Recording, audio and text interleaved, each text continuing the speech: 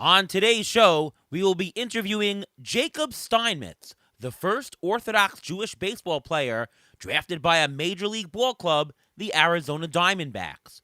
We will hear his story from navigating the minor leagues to playing for Team Israel and much more. Plus, in our mailbag, we'll talk about a possible auction strategy for daily leagues, and we'll also have Ruvain's injury update. That's all coming up next on Beat the Shift.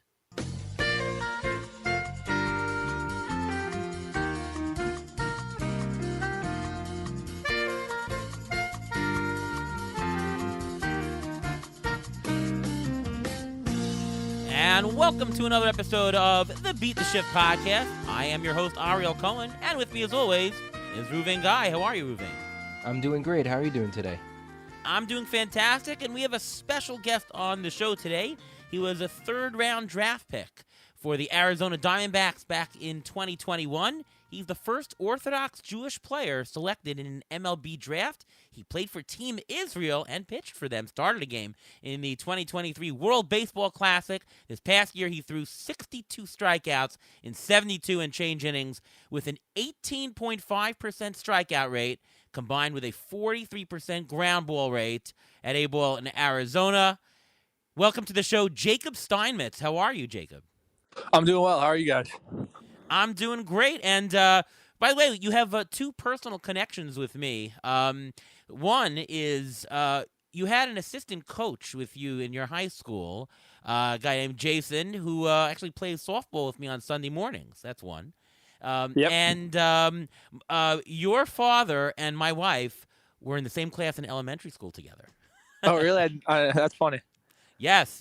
I was going through some old yearbooks just randomly a year ago and looking at my wife's 8th grade yearbook, and I'm like, Elliot Steinmetz, wait a minute. You went to the same school? And there you go. So personal connection here.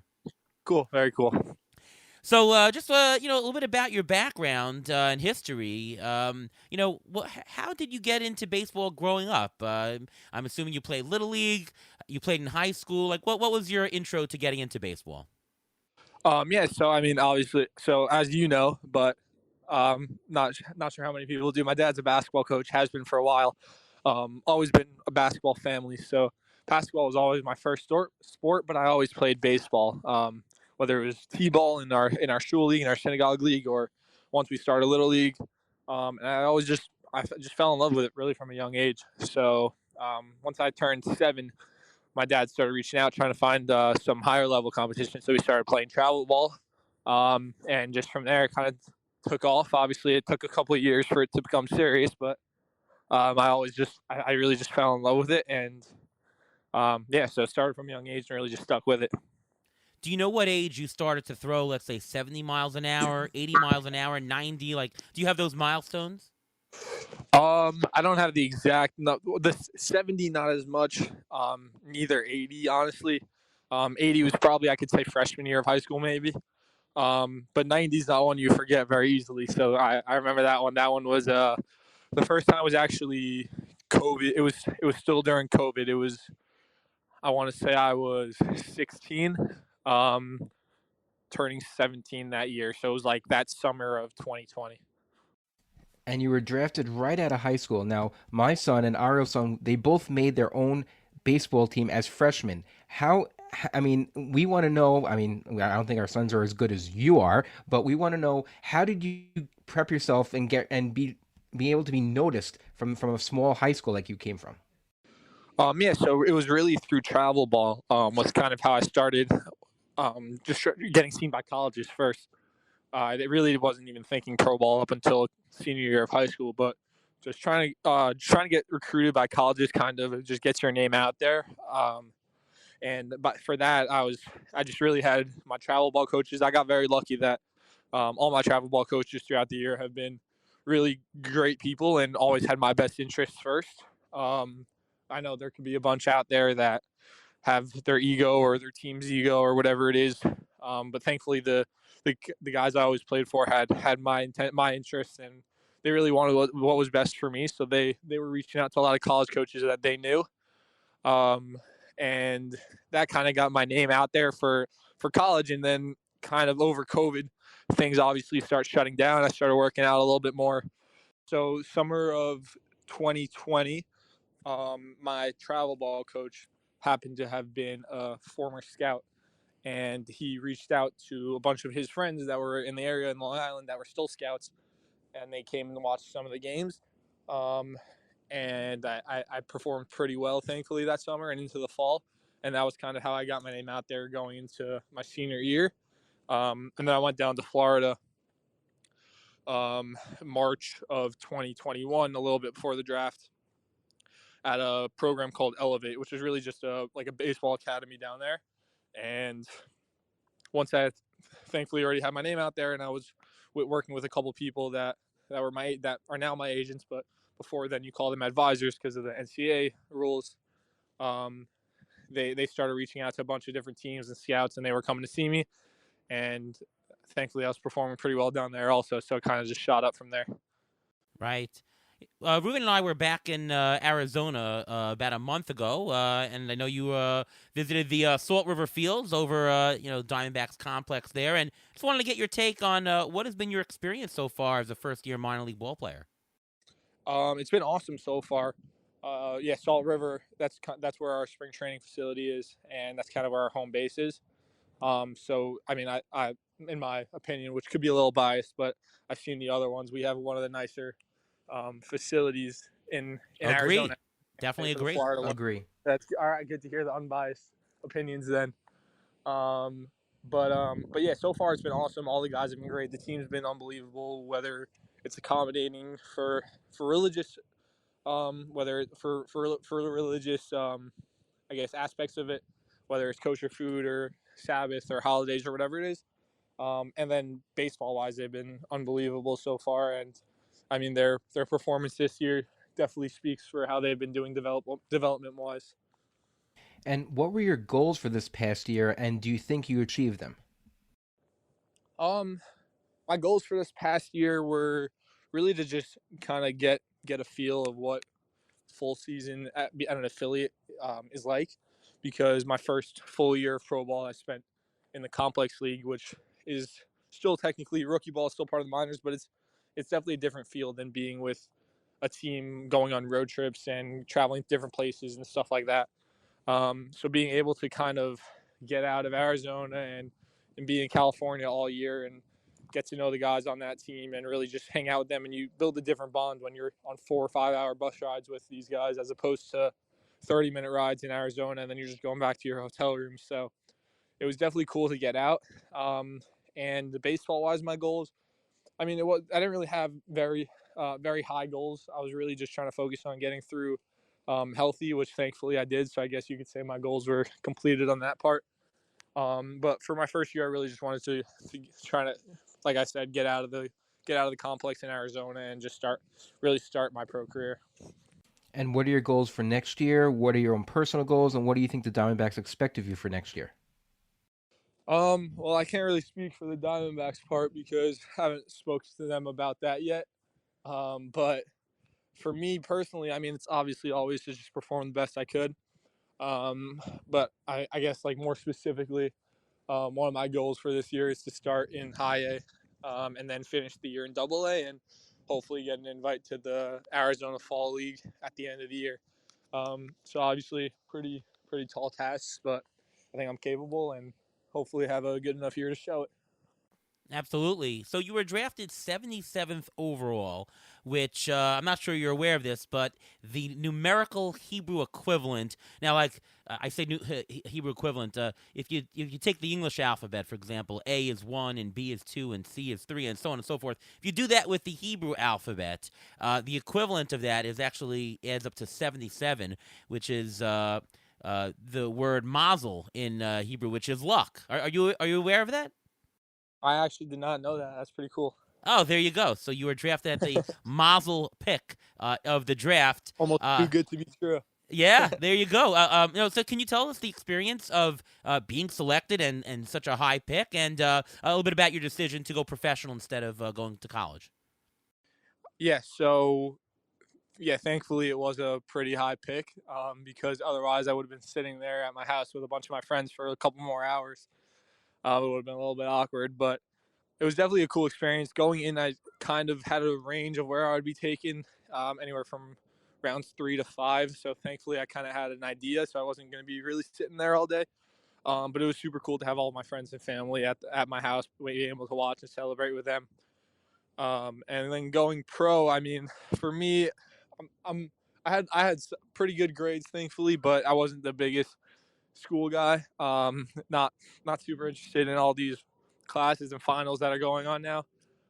So thankfully, being able to skip out on that and being at just such a young age, getting into pro ball, and almost having a head start on the guys that come out of college. Just like, for example, like a couple of the guys that I got drafted with were turning 24 the same day I turned 18 when we got there. So just kind of having that head start on the development at a pro level was definitely probably the main reason, I'd say, for why I decided to go pro instead of college. And before we go any further, it's time for the Injury Gurus Trivia of the Week. So earlier this year, you played in the World Baseball Classic for Team Israel. You started a game. It was against the Dominican Republic, and you faced 9 batters going 1 2/3 innings. Can you name the 9 batters you faced? And as a bonus question, how many of those you faced were or are current All-Stars? I could definitely give you the lineup. The All-Stars I can try to guess. So we got Juan Soto, All-Star. Yes. We got Julio Rodriguez, All-Star. Yes. Manny Machado, All-Star. This is a tough lineup that you faced. Yeah. Now that I'm like kind of thinking ahead through it, I think they might have all been All-Stars at one point, but we'll go through it. Rafael Devers, All-Star.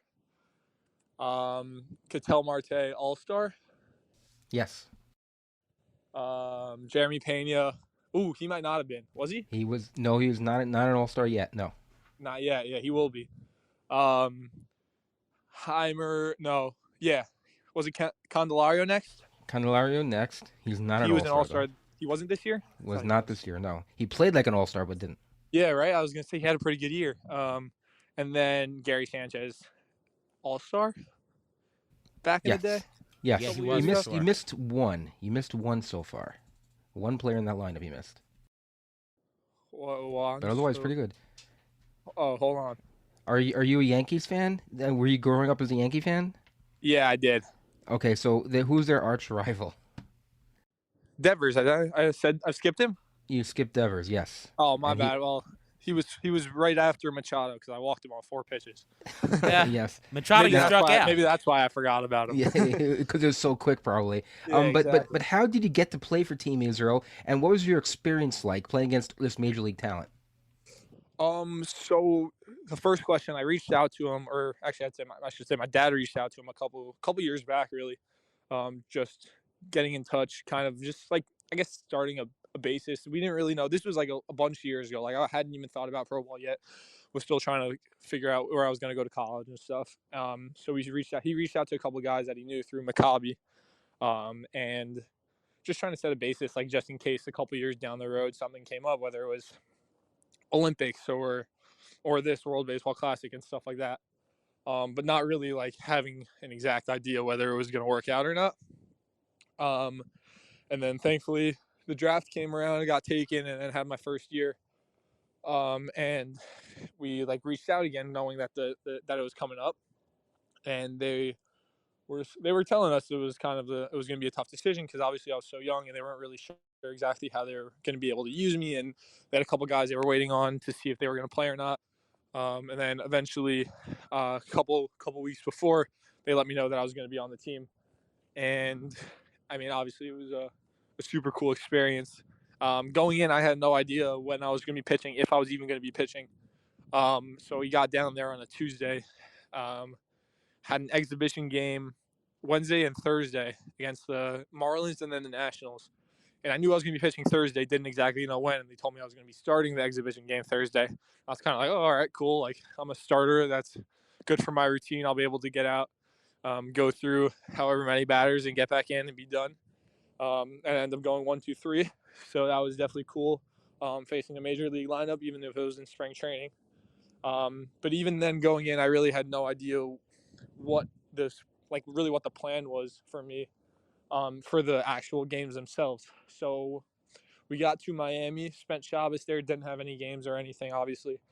And then Sunday morning we get to the field for our game, and the pitching coach, Josh Side, pulled me over in the locker room. He's like, hey, we're going to have you start on Tuesday, I think it was. And I go, all right, sick. And I'm like going through the schedule in my head, and I like realized what team we were playing against. I was like, oh my God, like, this is gonna be a tough one. So, but yeah, so really, thankfully, he gave me those couple of days to prepare, and I was able to kind of get the nerves out of the way in the first couple of days. And then once I went out there for warm-ups, I guess, was when I was the most nervous. Just kind of walking out there, doing my stretching on the line and running a little bit or whatever it was, just looking around the stadium, because I've never pitched.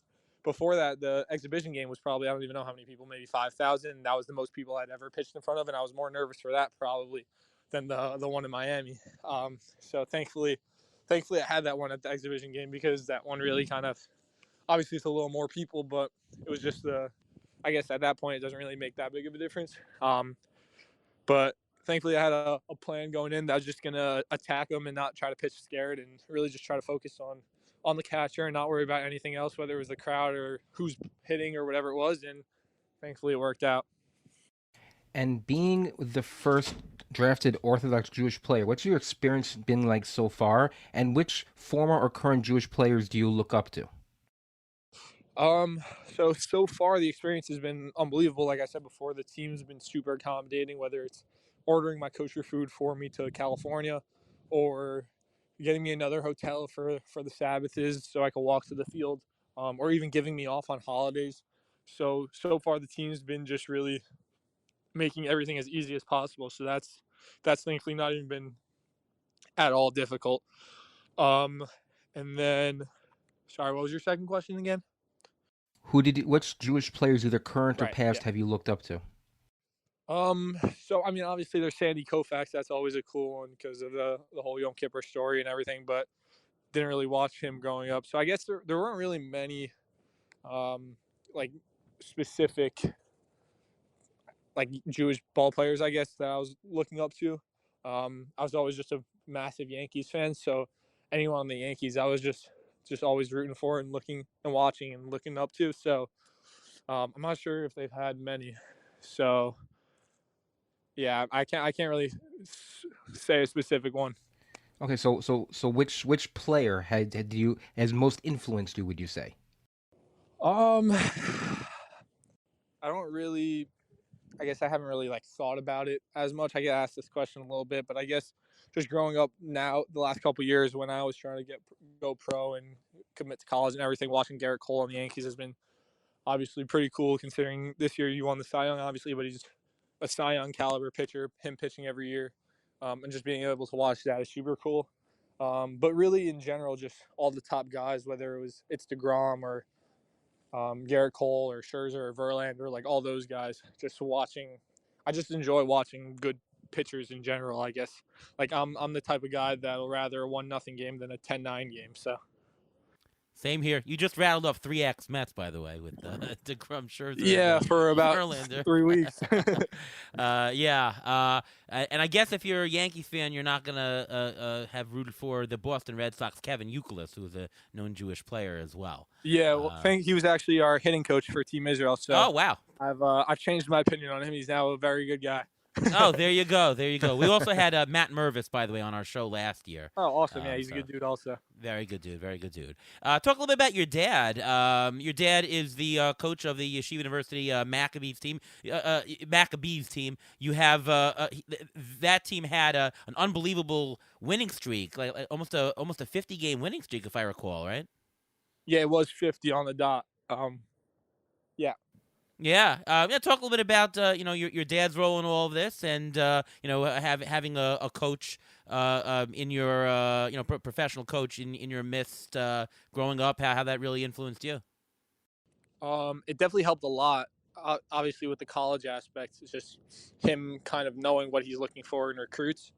He was always kind of able to give me the right advice and the right things to say and stuff like that. And even now, and I guess even while growing up, him knowing how annoying some parents can be complaining to coaches, so he was never that kind of guy. And also him having the self-awareness that he was a basketball coach, not a baseball coach. And he's just always left it up to the coaches that I was around. I give him credit. Him, my mom, they always just surrounded me with good coaches, like I said before, but like they never were trying to pay all this money to play for the top teams that are always just trying to get their best team and don't really care as much about where their kids are going to go or what they're going to do after baseball or even after high school, because after that you're not really doing anything with them. So they always got me around these coaches that had my best interests in mind. And back to my dad as a coach, he's always able to kind of separate that parent from coach kind of relationship, I guess, where he can tell whether or not I want to talk about it if I had a bad outing. And he could always give me some advice, just kind of not baseball wise, or now he's picked it up a little bit, but really just how to handle myself. And speaking of coaches, without giving any secrets, what has impressed you the most about the Diamondbacks organization, and any other teammates or anyone else in the organization, other prospects, have impressed you so far? Well, so I mean the coaches have just been. I guess I don't know how it is in other organizations, obviously, but I can just say just for what I thought pro ball was going to be compared to what it is. The coaches are really always there. I guess like should have known because they're full time. Obviously, not like I had the idea that as my dad is a college D3 basketball coach, he's part time. But these coaches are obviously just always there and always available to ask questions to and help you out, whether it's during bullpen sessions or games or practice or whatever it is.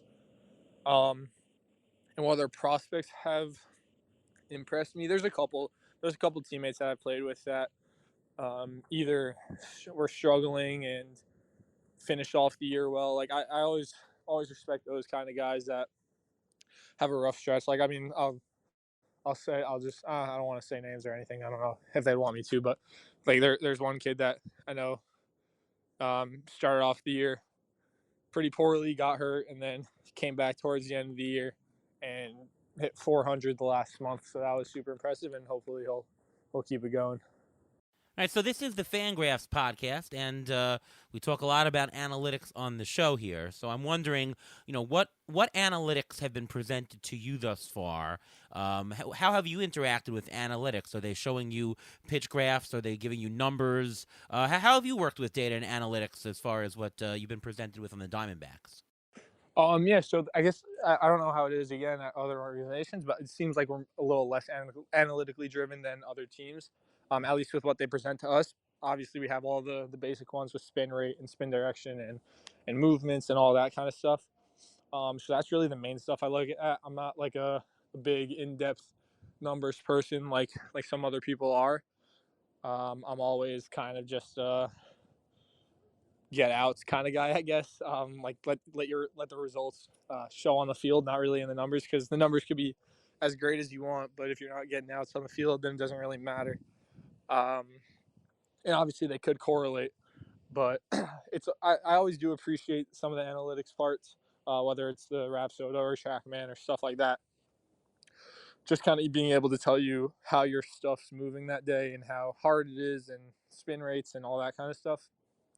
And that definitely helps during games, especially where you could kind of know what pitches are working and what pitches aren't. I'd say that's probably my biggest use of them, is coming in the dugout between games and really just getting to know, like, how's my velo today, or how's my slider moving, or how's my curveball moving, and change up velo and stuff like that. And really just being able to know what's working that day, what's not, and being able to adjust using that.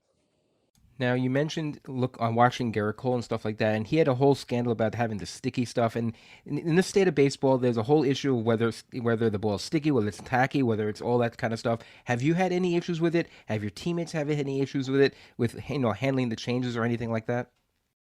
The changes, not as much. I mean, just for me personally, and I know a couple of the guys that have come in a little later because they made the changes. Actually, I think it was I want to say it was my first year that I just got drafted, so I wasn't really like used to anything before that. Um, I'd say the baseballs, when they are just fresh out of the box, are tough to throw. They try to rub some like mud on it. I don't exactly know what the exact substance is, but I know each ball that's used in game is done that professionally and inspected or whatever it is. I've never used the sticky stuff. I've heard good things about it from other people, but I don't have any problems with the baseballs in game. And in the future, there's always talk of having robo umps. What's your opinion on that? Um, as a pitcher, it's a very love-hate relationship, I'd say, because I actually just saw a video of not the robo umps but the challenge system, and it's definitely cool when the pitcher's able to challenge it because you always want that extra inch off the plate or whatever it is. So that'd be a reason I'd say for the human umps. But then there's also different situations where you might get the call with the human ump, but the robo ump isn't going to give it to you. I actually just saw a video on it. I think it was either today or yesterday, of a pitcher throwing a strike three on a 3-2 count, and then the batter challenged it, and it ended up being a walk. And I was kind of like, oh well, I don't like that part. So I'm kind of hoping we could do just one way, where it helps the pitchers, but I'm not sure exactly that's going to happen. All right, so now a very, very important question. What's your advice to me, a 41-year-old screwball softball pitcher? How do I get more strikeouts? I've improved to about 5K per nine. So that's pretty good in a softball game. Yeah, I'm not exactly familiar with the softball analytics, but Most people aren't, so don't worry about it. Yeah, 5Ks for 9 sounds pretty good to me. I don't think I have any advice. I might need to take some advice from you, actually. Sounds good. Thank you so much, Jacob. Jacob Steinmetz, everyone. Thank you so much for coming on the show here. We wish you really the best of luck in your career and going to this year. When do you have to report to spring training? I'm not sure yet. Spring training usually starts for pitchers and catchers, obviously mid to late February. They might have us back early for a little bit for some stuff, but not exactly sure yet. All right. Well, good luck in that. Great new year. And Ruben and I will be back with the injury report next.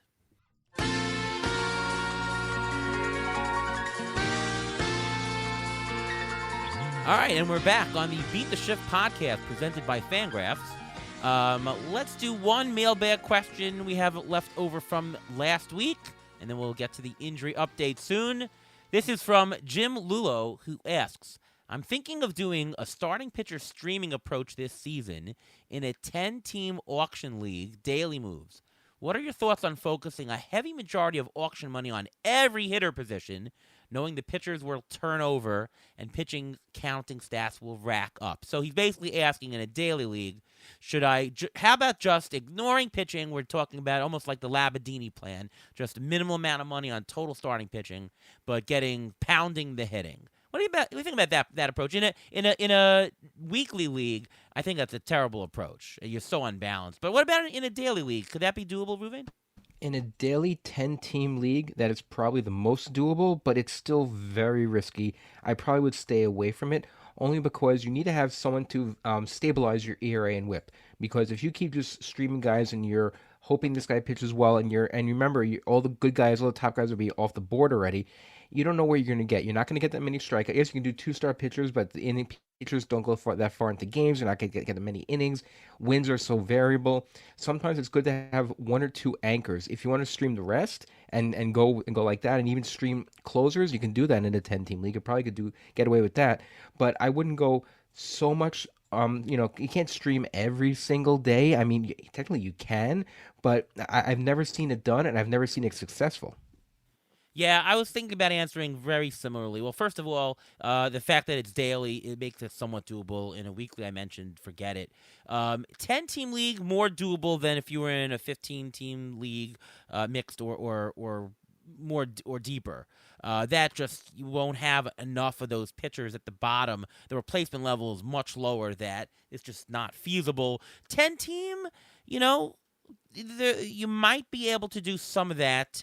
But I would recommend, if you were going to try to do like the Zima approach, which is get 1 ace, at least you lock down 1 ace, and then you can go cheap and try to get some skills low down. That is possible to work. Again, I wouldn't do it because it's risky, but that's possible. So I would go for 1 heavy ace, get your Spencer Strider up top, and then go cheap. So you're allocating some portion to an ace and then take shots. I mean, I think that the dollar shots at the bottom generally don't work out. I'd rather you take shots somewhere between the $5 and $10 range. If you want to do it that way and say I'm gonna avoid the blob in the middle from like the second round all the way to the 10th round, sure. To go dollar is probably overkill. And then if you're streaming every day and you're using if it is a fab league, you're gonna be using your money constantly, and you're gonna miss out sometimes if you spend fab on a streamer and for just for that day and they get rained out, it's a waste of money. Are you gonna hold on to them? Are you not gonna hold on to them? It brings up a lot of different issues. Yeah, you have to be prepared about the fab because you're going to have to use more. Like, you might want to also incorporate getting your closers and spending on that, right? Because if you don't spend on your closers, then you're going to have to get closers in season, and that's going to drain your fab even more. So there's a lot to take apart of this.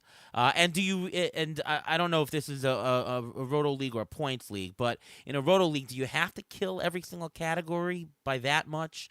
I don't know if you have to divert $220 out of your whole budget. It might be overkill. And based on our philosophy, this type of team would finish somewhere in the middle of the pack. Yeah, right. You'd be low pitching and high hitting. Listen, try it. Use our suggestions here. Give it a shot, and at the end of the year, let us know how it worked out for you. That actually is pretty interesting if you would. All right, injury report, Uvain. What do you got for us in the offseason? Well, this episode was mainly about pitchers, so I'm going to throw a couple pitchers out there. Daniel Hudson, who missed the second half of the season because of an MCL sprain, was re-signed by the Dodgers. He seemed healthy and was possibly going to be activated if the Dodgers made it to the NLCS, so he should be good for next year. And he's a guy to look at toward the end of their bullpen. You may want to take a streaming pick on him, either at the end of a draft or something like that, if he shows that he's healthy during spring training. Shohei Ohtani, have to mention him. He had the big contract and everything like that. He had a second elbow surgery. We all know about that. He had his big press conference. We found out the name of his dog, but we didn't find out the exact nature of the surgery that he had. So if he did have a second revision of Tommy John, he is a DH for this year. He should hopefully be back either first month, second month of the season. But as for pitching-wise, not many pitchers have come back from 2 elbow surgeries, let alone 2 Tommy John surgeries, and have been effective. Could he do it? He is a unicorn, but if you're in a keeper league and you're keeping him as a pitcher, I don't know if you really, really want to do that. You may want to think about trading him and selling him high, I guess, right now, as much as you can say. Alek Manoah, Blue Jays general manager, said that he has General Manager Ross Atkins said that Manoah has earned the right and have a strong leg up for the opening day starting rotation spot. He was shut down at the end of September. He had injections for a sore shoulder, and the GM also said that those injections were Manoah's idea. And he wanted it was his decision. We supported him. He made the decision on his own to move in that direction. There was no structural issue. So there's something to think about going into next year. He looks like he will have a roster spot, so you may want to take a stab at him. He may be a guy to look at. Luis Severino, another guy coming off of injury issues from last year, another year removed from Tommy John surgery, had a lat injury in the beginning of spring, had a high-grade oblique strain toward the end of the year. He has already posted himself a video of himself this offseason throwing. He is a bounce-back candidate. That's why the Mets signed him. High risk, low reward, and sorry, I got that wrong. High risk, high reward type pitcher. That's what it is. And it's a very good chance that you can get him real cheap, and he may turn out to be a great pitcher or at least a serviceable pitcher. Another guy, Johan Oviedo, he had Tommy John surgery actually earlier this month. He is out for next year. And one more I want to end with, Clayton Kershaw. He told the radio station actually this week that he's still trying to decide where he will pitch next year. He is 5 weeks out of shoulder surgery. He said he, quote, feels great and will be back at some point this summer. So he's another guy. You may not want to take him right away, but you may want to think about him toward the end of the draft if you have room to stash him on your bench. I got 2 points to make on that stuff. So one, Alek Manoah. He's going right now ADP around 370, let's say, according to the NFBC. Probably most of them are like draft champion style leagues.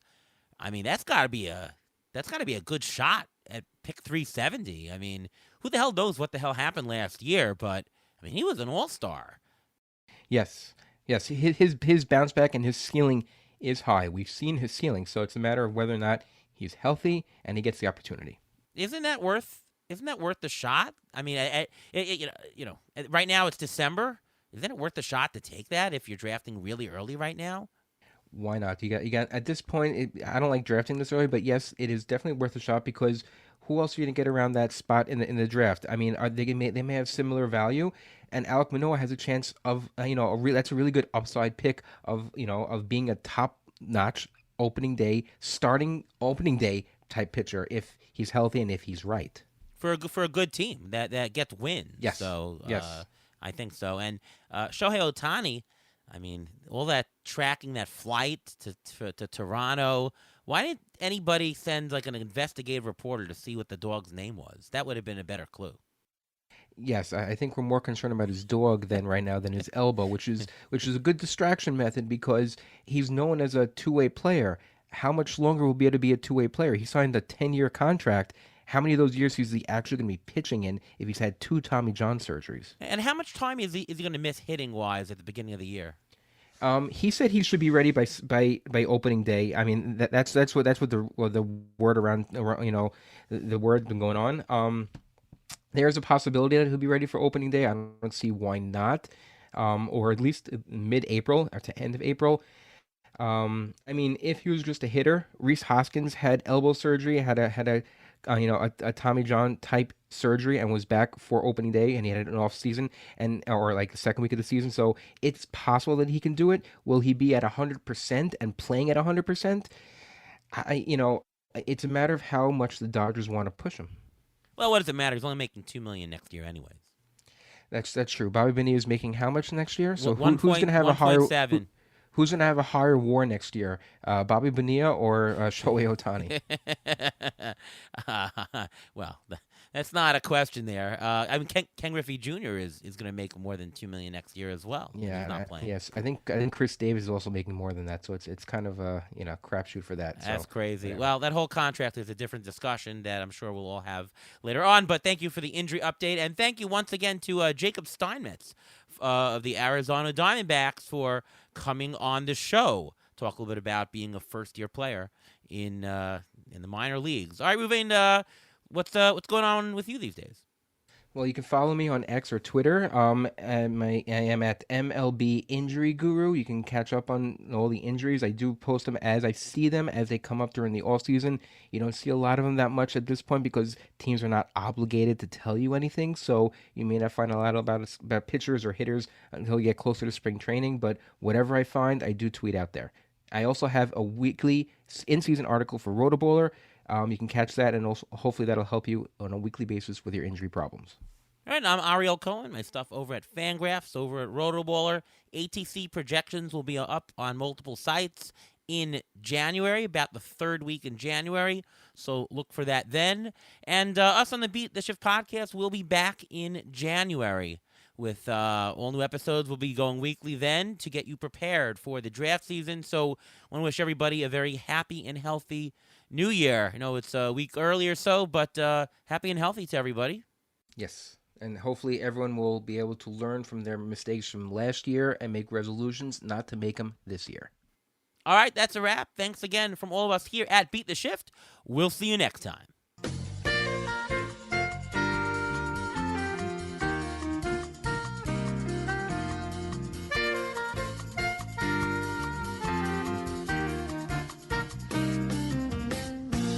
Thanks for listening to the Beat the Shift podcast presented by Fangraphs.